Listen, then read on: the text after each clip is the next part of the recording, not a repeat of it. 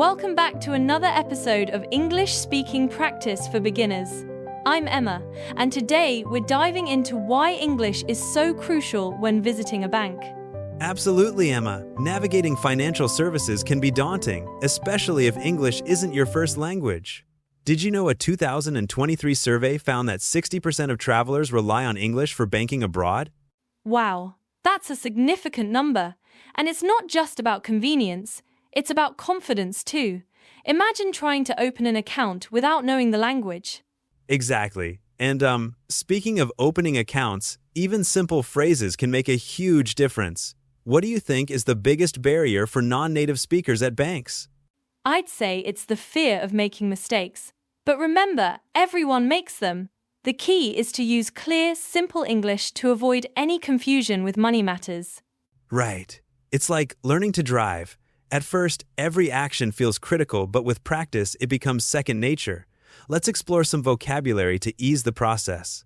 Great idea. And speaking of vocabulary, understanding basic terms can prevent misunderstandings. For instance, knowing the difference between balance and loan is crucial. Yes, and it's interesting how many people confuse those terms. But once they grasp the basics, their confidence in handling bank transactions grows. True. And with banks offering more services online, the language becomes even more important. But let's delve into those key words next, shall we? Sounds perfect, Emma. Let's help our listeners feel more comfortable with the essential vocabulary they'll need at the bank. All right, let's break down some key banking terms you'll encounter. David, can you start us off with account? Sure, Emma. An account is essentially your financial record with the bank. Think of it as a digital wallet where your money is kept safe. That's a great analogy. Now, deposit means putting money into your account. It's like adding fuel to your car's tank. Exactly. And withdraw is the opposite. It's when you take money out of your account, similar to taking cash from an ATM. And balance reflects how much money you have left, like checking the fuel gauge in your car. It's crucial to keep track of this. Definitely. Another important term is loan, which is money you borrow from the bank. Imagine it's like borrowing a tool from a neighbor. Good point, David. And let's not forget service fee, which is an extra charge for certain services. Think of it as a small tip for the bank's help. Right. And understanding these terms helps avoid surprises. But what if someone misunderstands? Well, that's where practice and repetition come in. If you're unsure, always ask the bank staff to explain. They're there to help. Exactly, Emma. Now that we've covered vocabulary, let's move on to a practical role play about opening an account. Let's imagine a scenario where you're opening a new bank account. I'll be the teller and you'll be the customer. Ready? Sure thing, Emma. Good morning. I'd like to open a bank account, please. Of course. Do you have your passport or any identification with you today? Yes, here it is. What's the first step in opening an account? Well, we'll need you to fill out a form with your personal details. It's pretty straightforward. Got it. How long does it usually take to process everything? Typically, it takes about 15 minutes. Once set up, you can access your account online too. That's convenient. And what about depositing funds? Can I do that right away? Absolutely. You can make your first deposit as soon as your account is active. Just hand over the cash or check. Okay, that sounds simple enough. Let's move on to withdrawing some cash next, shall we? Time for another role play. This time, you're withdrawing money. I'll play the customer now. All right, Emma. Hello. What would you like to do today? Hi, I'd like to withdraw $100, please. Do I need to fill out any forms for that? No forms needed. Just your bank card and ID. Do you have them with you? Yes, here they are. Is there a fee for withdrawing cash? Not at our bank, though some ATMs might charge a small service fee. Always check beforehand.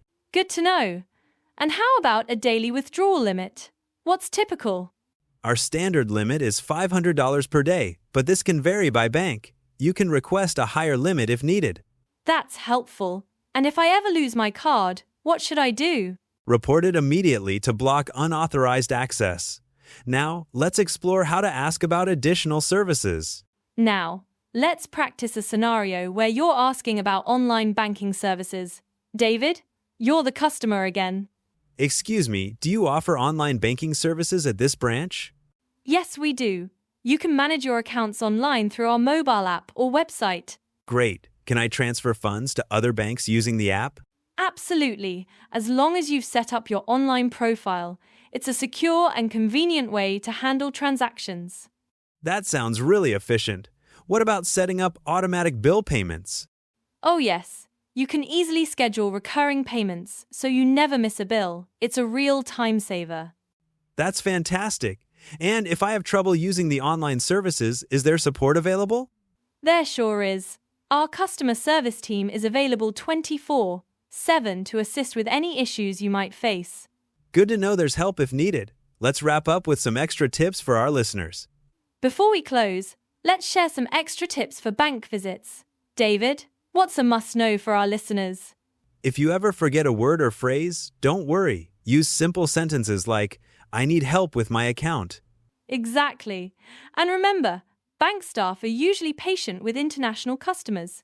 Just ask politely if you need them to slow down. That's a great point, Emma. Also, if you're unsure about a charge, ask, can you explain this fee? It's better to clarify than guess. Definitely. And always double-check your transactions before leaving. It's a good habit to develop. Absolutely. And if you need to remember something specific, jot it down. A little note can go a long way. And lastly, try using one new phrase each visit. It builds confidence over time. That's right. It's all about taking small steps and gradually expanding your comfort zone. All right, that's all for this episode. Thanks for listening, and we'll catch you next time. Bye-bye. Take care, everyone. Practice makes perfect, and we're here to help you every step of the way.